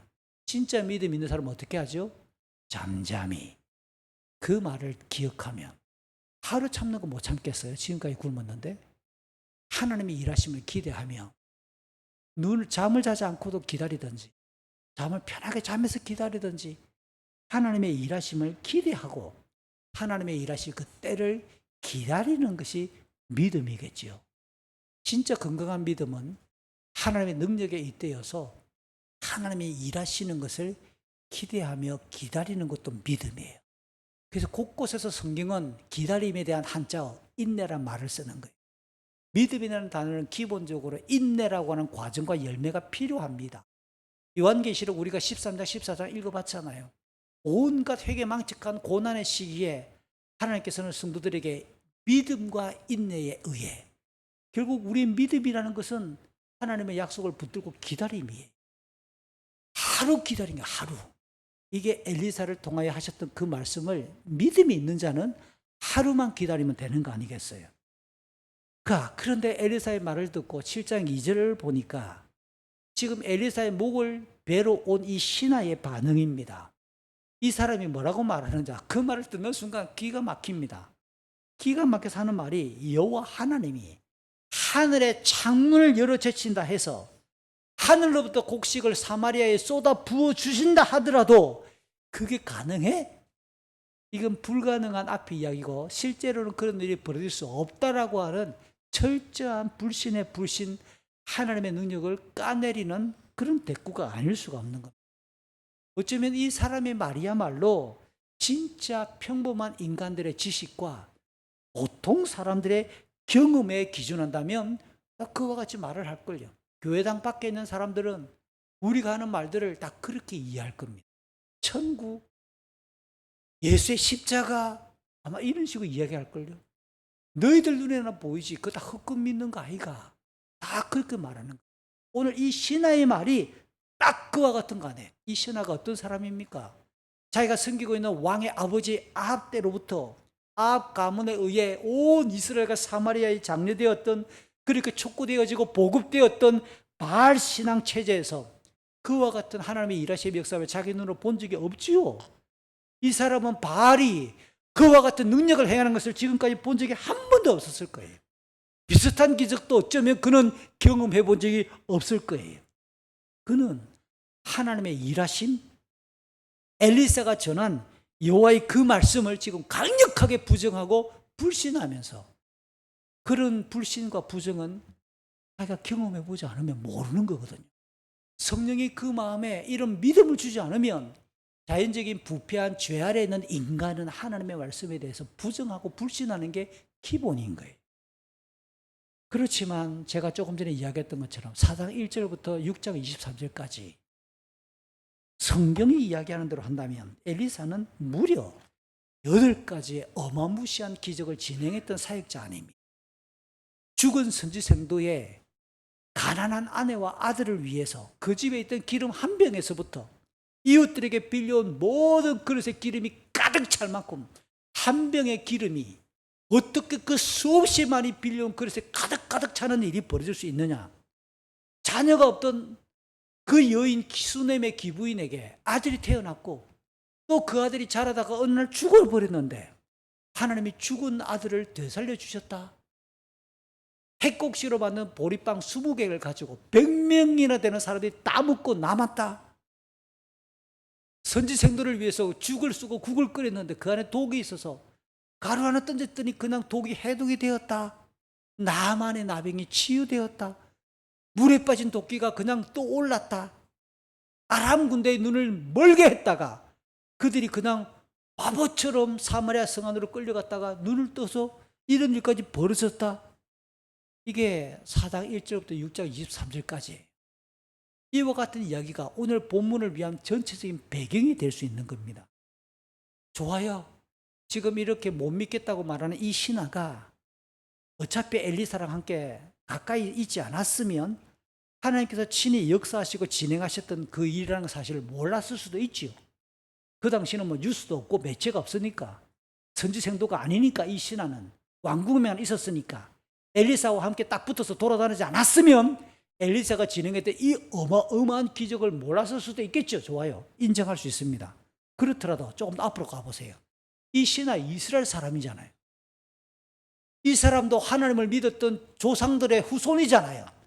그들의 조상이 출애굽할 때 하나님이 일으키신 10가지 재앙의 이야기나 홍해를 건넜던 이야기나 40년 동안 광야를 지나며 농사 한 번 짓지 않았으나 하늘로부터 만나가 내려졌던 그 이야기나 하나님이 바위를 깨뜨려서 광천수를 터뜨려 그들을 먹이셨던 이야기들이나 그들의 역사 안에서 일했던 하나님의 이야기들을 그들은 몰랐을까요? 그는 최근에 엘리사가 진행했던 일은 모른다 하더라도, 부정한다 하더라도 그들의 할아버지, 그들의 조상적부터 역사하셨던 그 하나님의 이야기들을 왜 그는 부정하거나 알려고 하지 않을까요? 그러니까 한마디로 말하면 그는 지금 천지를 지으시고 통치하시는 하나님의 전능하심을 불신하고 있고 그 하나님을 부정하고 있음이 틀림이 없습니다. 여러분, 이런 이야기가 남의 이야기가 아니에요. 왜 제가 이렇게 저것저것 흥분하느냐면 사사기가 그래서 시작되는 거 아니에요. 조상적부터 그렇게 엄하게 일을 진행했던 그 하나님에 대해 젊은 세대들이 하나님을 알지 못했더라. 그 안다라는 단어가 야다, 인격적인 삶을 말하는. 아유, 우리 할아버지 때는 역사했는지 모르지만 내 인생에는 그렇게 역사한 하나님을 만난 적이 없어. 내 인생에는 그런 하나님을 경험한 적이 없어. 나는 하나님이, 아이고, 뭐 하나님이 있는지 없는지 기도해 본 적도 없고, 교회당은 들락날락 하는지 모르겠으나, 진짜 그 자녀들은 하나님 앞에 기도해 본 적이 없으니까, 하나님이 일하시는 것을 본 적이 없으니까, 감각해 본 적이 없으니까, 그 자녀들은 그냥 지식에만 그치는 거예요. 그게 중요합니다. 하나님을 만날 수 있는 방법이 뭡니까, 여러분? 우리가 하나님을 경험할 수 있는 일이 뭐냐고요? 하나님을 만날 수 있고 하나님의 일하심을 경험할 수 있는 가장 대표적인 것은 기도잖아요. 들응답하시겠다고 주님이 말씀하시잖아요. 기도한 자는 하나님의 살아계심을 부정할 수가 없어요. 기도하는 자는 지금도 하나님이 살아계시다고 하는 것을 경험할 수밖에 없어요. 기도하지 않는 자는 이 신학 꼴게 되는 거예요. 사랑하는 우리 초등부 친구들, 여러분은 나이가 어린 게 아니에요. 어떤 친구가 여러분에게 묻는다고 칩시다. 너 하나님 살아있는 거 믿어? 뭐라고 대답하시겠어요? 대답을 똑바로 못하는 사람들은 기도하기 시작하세요. 하나님이 살아계신지 나에게도 보여주세요. 기도해 보라고요. 하나님이 살아계신 것이 사실인지 아닌지, 우리 엄마 아빠가 믿는 그 하나님이 내 하나님이라는 사실이 고백되어지려면 초등부 친구들 기도해야 돼. 우리 꿈동이나 청년들은 말할 게 없어요. 기도해 보지 않는데 어떻게 하나님의 일하심을 경험할 수 있어요? 그러니까 오늘 본문의 이 신하는 하나님을 경험해 본 적이 없는 사람이에요. 엘리사가 그렇게 수없이 많은 기적을 일으키는 것도 그는 경험해 본 적이 없는 거예요. 하나님의 일하심을 느껴보지 않는 사람, 신의 자기 인생의 경험이 없는 사람은 하나님을 부정할 수밖에 없다라는 겁니다. 그런 자에게는 하나님의 맹렬한 진노가 임할 뿐이에요. 하나님을 불신하는 자에게는 하나님의 심판과 엄중한 하나님의 진노만 임할 뿐이겠죠. 오늘 7장 3절부터 마지막 20절까지는 이제 엘리사의 말이 어떻게 진행되는가라고 하는 과정이에요. 엘리사가 선언한 대로 먹을 것이 핍절한 사마리아 성에 밀가루와 보리가 어떻게 주어질까요? 하나님의 일하심과 하나님의 말씀이 어떻게 실행이 될까요? 이렇게 하나님의 일하심을 부정하고 하나님의 살아계신과 그 능력을 불신하는 이 못된 신앙을 어떻게 하나님이 징벌하실까요? 사마리아 성문 입구에 있던 나병 환자 4사람이 갑자기 등장하는 사람입니다. 나병이 걸린 4사람이 사마리아 성문 근처에 있었는데 자기들끼리 주고받습니다. 야, 우리 그냥 앉아서 죽을 수 없잖아. 성에 들어가 봐야 어차피 먹을 것이 없으니까 굶어 죽을 것이고, 차라리 그냥 굶어 죽을 바에는 아람 군대를 가서 항복하자. 그럼 그들이 우리에게 먹을 것을 주면 얻어먹고 살고, 그들이 죽이면 죽는 거지. 뭐 어차피 죽을 거 아이가. 이래 죽으나 저래 죽으나 굶어 죽으나 그들의 칼에 의해 죽으나 어차피 죽는 거 아이가. 죽음 앞에 있는 사람은 초연해지죠. 뭐가 겁나겠어요? 내가 어차피 죽을 건데 뭐가 겁이 나겠어요? 이 나병 환자의 마음이, 이 나병 환자가 품고 있는 이런 마음을 신약 성경에서는 마태복음 5장 3절 가난한 심령이라고 말하는 거예요. 이 땅에 그 무엇으로도 나를 살릴 수가 없다. 나는 어차피 죽을 건데 뭐. 그런 심령이 있는 자에게 복음이 들어가고 하나님의 은혜가 임한다고 가르치는 거예요. 우리의 마음이 너무 배불러요. 우리의 삶이 지금 너무 부해 있어요. 하나님을 찾지 않아요. 지독하게 기도하지 않는 백성들. 우리가 주일마다 드리는 이 예배가 얼마나 소중한지 감각이 무디해져 있어요. 배부르니까. 내 뜻대로 너무 일이 잘 되니까. 내가 할 수 있는 일이 너무 많으니까.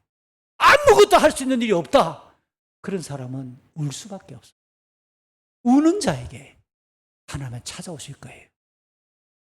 오늘 나병 환자는 그런 사람이에요. 이 지독한 질병 때문에 그들이 선택할 수 있는 게 없어요. 죽는 것밖에 없어요. 나병은 부정한 질병이니까 진 밖에서 백성들과 함께 살지 못하고 떨어져 살아야 되잖아요.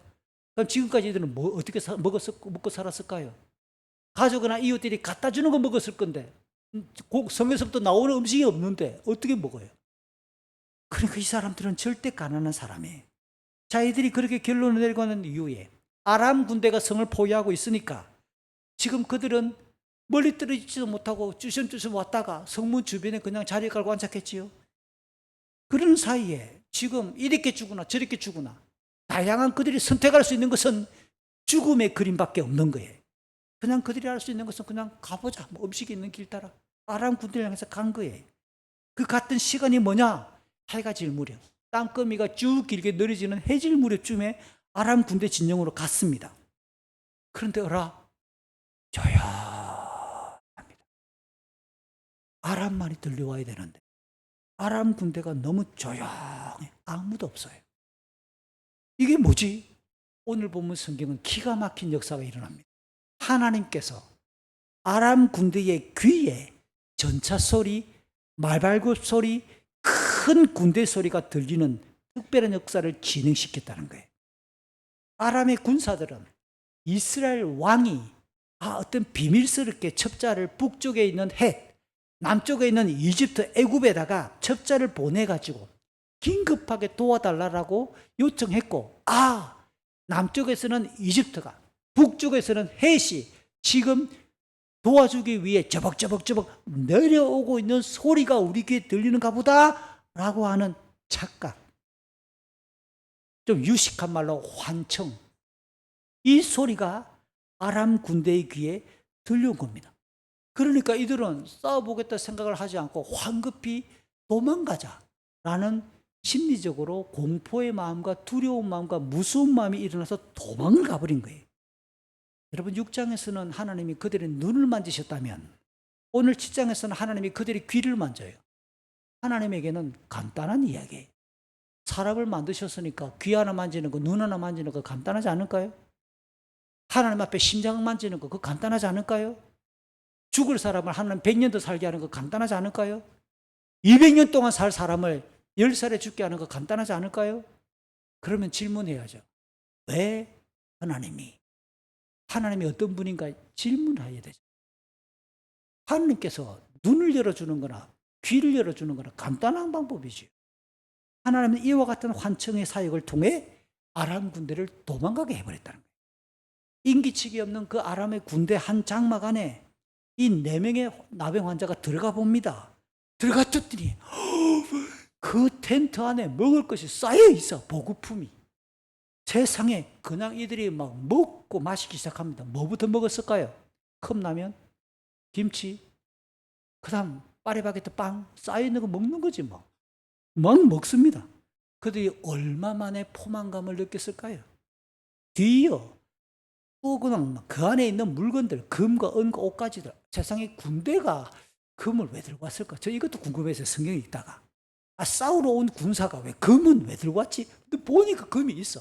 금도 있고 은도 있고 옷가지들을 가지고 와가지고 뭐 어딘가에 갖다 숨겨놓고 쫓아왔습니다. 또 와서 다른 장막에 들어가 보니까 똑같아. 오, 이 4명의 나병 환자가 막 난리가 났습니다. 배부른 배를 움켜잡고 또 다른 장막에 들어가서 막 이번에는 뭘 먹을까요? 케이크? 롤케이크? 막 이런 거 먹었겠지 말이야. 냉장고 열어가지고 아이스크림도 꺼내 먹고 막 먹었을 거 아니에요. 사이다도 먹었겠지 뭐. 갑자기 이제 오늘 오후에 막 제가 오늘 말하기에 갑자기 먹고 싶어질 겁니다. 이 4명의 나병 환자가 텐트 2군데를 딱 들고 나니까 배가 부르고 나니까 이제 어떤 생각이 날까요? 양심이 발동하기 시작합니다. 양심이 발동하기 시작하면서 야, 우리 죄 짓는 거 아이가? 우리만 배부르면 되겠나? 지금 왕궁 안에는, 사마리아 도성 안에는 우리 가족이, 우리의 이웃들이 지금 굶고 있잖아. 만약에 해가 질 때까지 기다렸다 그러면 하나님께서 우리에게 혼내실걸? 이들에게는 이와 같은 양심이 발동을 한 거예요. 지금 당장 알려야 되겠다 라고 해서 이들이 곧장 뛰어갔습니다. 그럼 해질 때 찾아가서 그런 일을 두 개의 텐트를 틀었으니까 해가 완전히 졌겠죠. 어두워지는 시간인데, 어두워졌는데 이들은 왕궁으로 달려갔습니다. 성으로 달려가 성문지기들에게 먼저 말을 합니다. 가까이 갈 수 없죠. 부정한 자니까. 한 발 떨어져가지고 떨어진 상태에서 말을 했을걸요. 저기 갔다 왔는데 사람은 아무도 없고 먹을 것이 꽉 찼다고. 그러니까 성문지기들은 또 그 말을 듣자마자 왕이 보낸 신하처럼 쓸데없는 소리 하지 마라 했으면 끝났을 건데, 이 성문지기들은 그 말을 듣고 나병 환자들이 전해주는 말을 듣고 그들은 왕궁 안으로 뛰어가면 사람들이 소리칩니다. 여보시오! 아람 군대에 지금 먹을 것이 가득 찼는데 사람이 한 명도 없답니다. 성문지기들이 나팔을 불었습니다. 여러분, 성문지기는 왕이 보낸 신하보다는 믿음이 있죠. 나병 환자의 말을 들었어요. 말 같지 않은 말을 듣는다는 거예요. 말도 안 되는 말을 전달한 거야. 이 말을 같지도 않은 말을 전달했는데 온 성이 막 소동합니다. 아마 지금쯤 됐을 때는 한밤중이었을걸요. 갑작스럽게 들려온 아람 군대 진영의 이야기에 자다가 벌떡 일어난 이 사람들은 성 안에 떠들썩하고 소란하기 시작했을 것으로 짐작이 됩니다. 근데 그 말이 결국 왕의 귀까지 들어갔어요. 왕이 뭐라고 말을 할까? 왕은 성문지기보다도 믿음이 없는 사람이에요. 그 말을 듣자마자 아람 군대가 꾸민 계략이다. 우리가 배고프고 굶주린다는 것을 다 알고 있기 때문에 그들이 일부러 천막을, 텐트를 비워두고 주변에 숨어서 기다리고 있을 거다. 우리가 이곳으로 몰려가면 우리를 전부 다 사로잡고 열린 성문 안으로 들어와서 우리 사마리아 성을 불태울 것이다 라고 말하는 왕다운, 행정가다운 그의 어떤 판단입니다. 어찌 보면 매우 그럴듯한 해석이겠지만 더 발전적인 대책을 내리지 못해요. 한번 찾아가 보자. 스파이를 보내가지고 정보원을 보내서 진상조사를 해보자. 뭐 이런 식의 조치를 내려야 마땅한데 왕은 계략이다. 여기서 생각이 멈춰버립니다. 그때 신하 중에 한 사람이 왕에게 말을 합니다.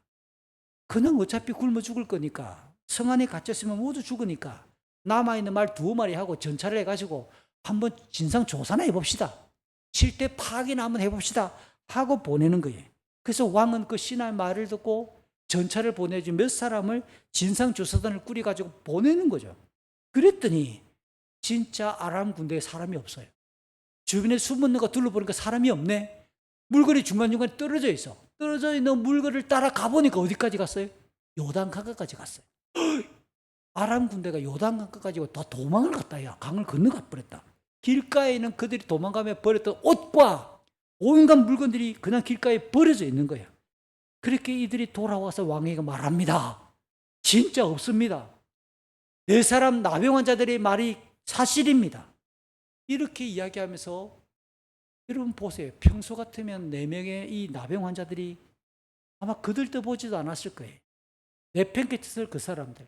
가까이 다가오면 돌이나 던졌겠지요. 그랬던 그 사회에서 가장 연약하고 보잘것없던 바로 그 사람, 그들의 말에서 흘러나왔던 이 기쁜 소식이 사실로 판정이 난 거예요. 이게 15절까지 이야기. 아람 군대는 정말 황급히 철수했고 급하게 도망갔습니다. 이것도 신비로운 거는 한두 명이 아니잖아요.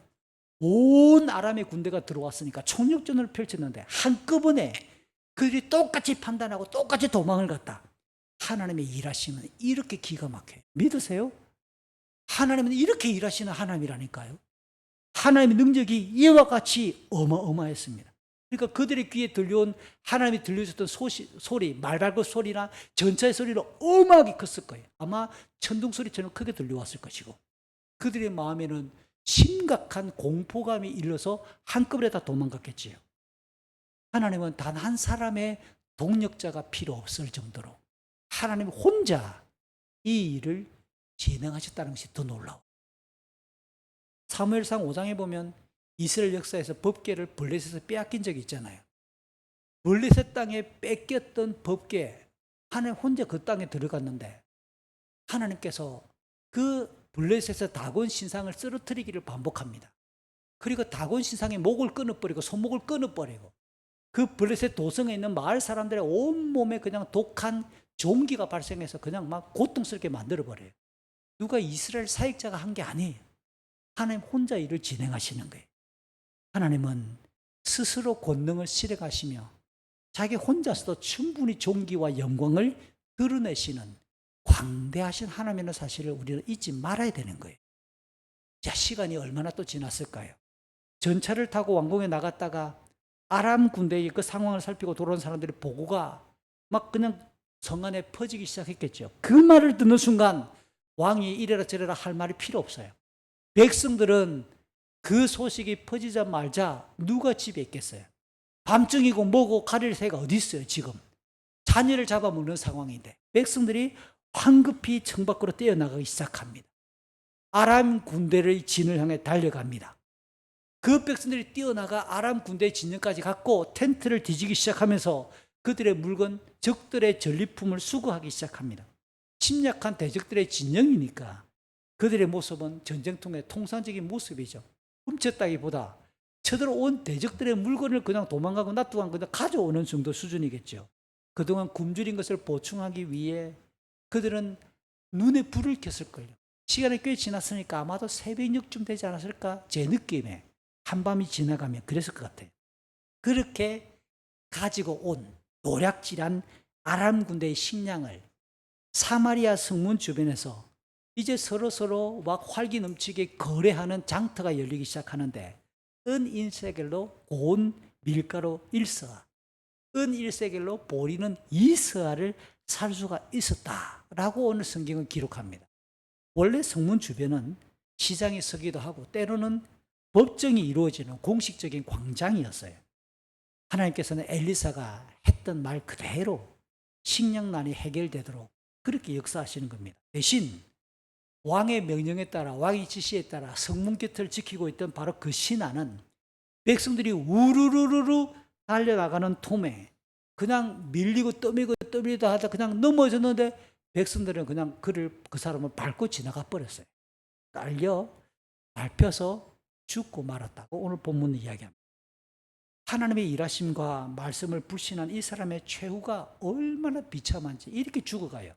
더 놀라운 게 뭔지 아세요? 이 신하를 제가 히브리 성경을 찾아보니까 샬리시, 이게 뭐냐? 히브리의 숫자 중에서 샬리시는 숫자 3을 뜻하는 겁니다. 오늘 신하를 히브리 성경은 3이라고 자꾸만 설명해줘요. 이게 무슨 뜻일까요? 국가서열 넘버 3. 국가서열 넘버 3예요. 저급한 신하가 아닙니다.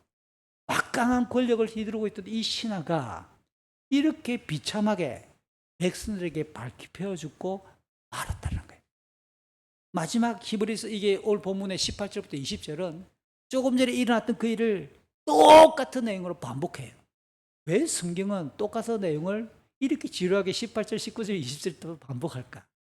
이게 같은 내용을 반복하는 이유는 하나님의 일하심이 사실이고 광대하시며 하나님의 말씀은 진리이고 그대로 성취된다라고 하면서 강조할 때 긴 내용을 압축하지 않고 그대로 실어놓고 반복하는 거예요. 사랑하는 성도 여러분, 오늘 내용을 가만히 보면 하나님의 말씀이 임하지 않는 게 재앙이죠. 하나님의 말씀이 선포되기 시작하면 반드시 이루어지는 진리잖아요. 그리고 하나님의 그 능력은 우리가 예상하지 못했던 상상하지도 못할 만한 광대하신 그 능력으로 결과치로 드러날 수밖에 없다는 겁니다. 이런 하나님의 말씀과 일하심을 부정하고 불신한 사람은 죄 아래에 있는 영적인 그 죽음, 어둠 속에 있는 인생을 대표하는 사람입니다. 오늘 이 신하의 모습은 자기의 경험과 자기의 지식과 자기의 감정 안에 갇혀서 창조주 하나님의 그 광대하심이나 영원하심과 전지전능하심이나 하나님의 거룩과 영광이 그 본체이신 그 하나님을 자기 그 테두리 안에 가두어버리는 거 아니에요. 그러니까 결국 영원한 죽음의 심판을 받는 거예요. 다만 오늘 본문에서 유의할 것 중에 하나가 누가 이 기쁜 소식에 하나님의 일하심에 통로가 되고 있는가. 오늘 본문에도 참 보잘것없는 4명의 나환자들, 이름도 드러나지 않는 성문 문지기들, 이런 사람들이 오늘 하나님의 일하심에 아주 단순하게 그냥 전달하고 자기가 경험했던 일을 그냥 이야기하고 하나님의 일하심에 도구로 쓰임받고 있다. 오늘 본문을 통해서 건강한 믿음이 뭐냐, 바람직한 믿음이 뭐냐, 여러분은 몇 가지가 정리가 됩니까? 저는 우선 하나님의 성품, 하나님의 속성이라고 말할 수 있죠. 그리고 하나님의 그 일하심을 바르게 아는 것이 믿음의 출발이다. 그분의 말씀에 순종하는 것이 믿음의 반응이어야 한다. 그 하나님을 온전히 경배하는 것이 믿음과 경건의 핵심이다. 아무도 부정할 수 없을 만한 문장입니다. 죄로 인해 하나님과 영혼을 감각할 수 없는 것이 죄 아래에 있는 인생의 실체입니다. 허물과 죄로 죽어 있기 때문에 그래요. 그러나 제가 설교를 시작할 때 이야기했던 것처럼 성령이 우리를 거듭나게 하시고 새로운 마음을 주시고 말씀을 들을 때 믿음이 우리에게 시작되게 하시는 그 성령의 역사. 그런데 이 믿음이라는 게 신기하게도 다양한 원인이나 상황에 따라 믿음이 약해지거나 침체하기도 해요.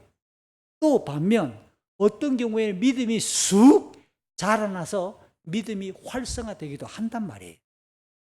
사도 베드로는 베드로후서 3장 마지막 절에서 이렇게 말합니다. 자기의 죽음을 예견하며 2번째 편지를 보내는 사도 베드로가 성도들에게 부탁하는 겁니다. 예수 그리스도를 아는 지식과 그 은혜 안에서 너희가 자라나기를 빈다. 신앙이 계속, 믿음이 계속 자라가야 한다라고 말하는 겁니다. 사랑하는 성도 여러분, 무더운 여름을 지나갑니다. 우리의 믿음이 봄에 지나 지금 얼마큼 자랐는가 스스로 측정해 보십시오. 내 믿음이 2024년에 비해 25년 얼마큼 자랐는가 또 한번 점검해 보시길 바라요. 또 한 가지 생각해 볼 수 있는 것을 인생을 거듭나게 하시고 하나님 나라를 감각하게 하시며 그 하나님 나라로 우리를 초대하시는 이 믿음을 주시는 성령께서는 어떤 사역을 진행하시는가? 요한복음 16장 8절에 하면 죄가 무엇인지, 심판이 무엇이고 의가 무엇인지 이라고 하는 것을 명확하게 깨닫게 한대요. 세상 사람들은 교도소 가지 않으면 죄가 아니라고 생각해요. 그리고 자기 기쁨, 자기 만족, 내가 생각하는 게 의라고 생각해. 세상에 정말 없지 뭐. 끝이라고, 죽음이 끝이라고 생각해. 이와 같이 세상이 잘못 알고 있는 죄와 의와 심판에 대하여 성령은 하나님에 대하여 영원한 천국과 지옥에 대하여 그리고 하나님께서 기뻐하시는 삶이 무엇인가에 대하여 명확하게 우리를 가르쳐 준다고 생각해요. 그러면 믿음이 자라면 무엇이 예민해질까요? 믿음이 좋은 믿음이란 뭐냐 말이에요. 요한복음 16장 8절과 13절에 의하면 우리의 죄에 대한 감각이 예민해져야 돼. 하나님이 기뻐하시는 것을 선택할 수 있는 힘이 생기는 거예요.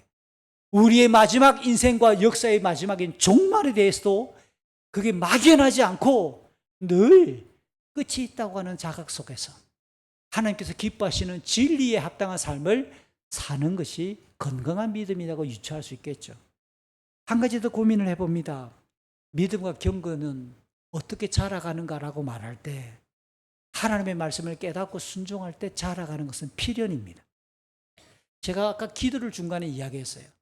기도는 하나님의 일하심을 경험할 수 있는 가장 확실한 성경이 이야기하는 하나님께서 직접 이야기해 주셨던 하나님을 만날 수 있고 하나님의 일하심을 경험할 수 있는 가장 핵심적인 통로가 기도예요. 말씀을 통해 우리는 기도를 통해 우리의 믿음과 경건이 성장할 수 있는 것을 말합니다.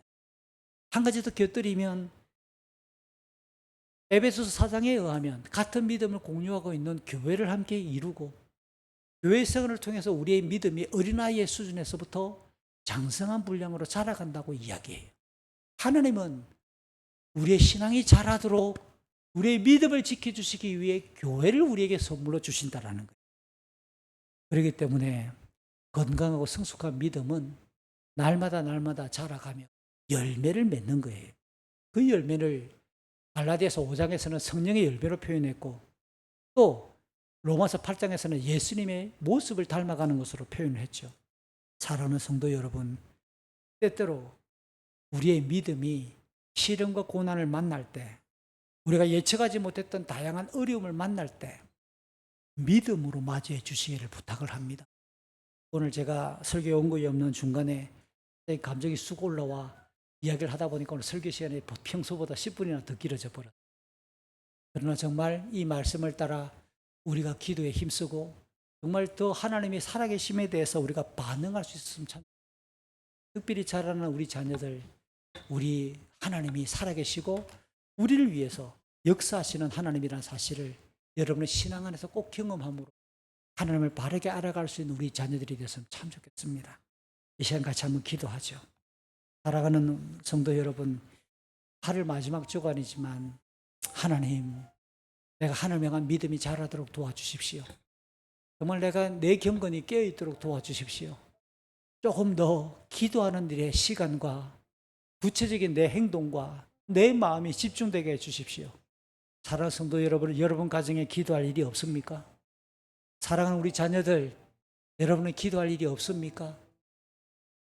하나님 살아계시면 내 기도에 응답해 주시고 찾아오시고 역사해 주십시오. 이번 가을에는 하나님이 정말 우리의 기도에 응답하셨습니다. 내 기도에 응답하셨습니다. 라고 하는 간증들이 많아졌으면 좋겠습니다.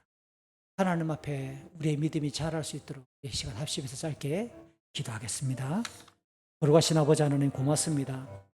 우리를 불러 자녀 삼아주시고 우리를 여전히 믿음 안에서 살아가게 하시는 아버지 은총을 감사합니다. 주님, 주의 말씀을 우리가 섭취하고 그 말씀을 들으며 그 말씀을 읽으며 우리가 하나님을 바르게 인식하게 도와주시고 우리의 믿음의 기초가 든든해지게 해주시옵소서. 또한 기도하며 하나님의 일하심을 목도하고 경험함으로 우리의 신앙이 깨어있게 하시고 우리의 경건이 자라게 하여 주시고 장성한 믿음의 분량처럼 거룩한 열매가 우리 가운데 맺어지도록 도와주시옵소서. 사랑하는 하나님 아버지, 여름의 끝자락 아직도 무더위가 맹렬하지만 이 맹렬한 더위 속에서 만물이 저 자라고 성숙하는 것처럼 우리의 믿음도 자라도록 인도해 주시옵소서. 사랑하는 우리 모든 자녀들이 하나님을 감각하며 하나님의 일하심을 목도할 수 있도록 깨어 경건할 수 있도록 도와주시옵소서. 주님, 많이 기도하고 주의 말씀을 많이 묵상하며 주의 말씀에 순종할 수 있도록, 그래야 우리의 믿음이 자라가도록 역사하여 주시옵소서. 우리 주 예수 그리스도의 이름으로 기도합니다. 아멘.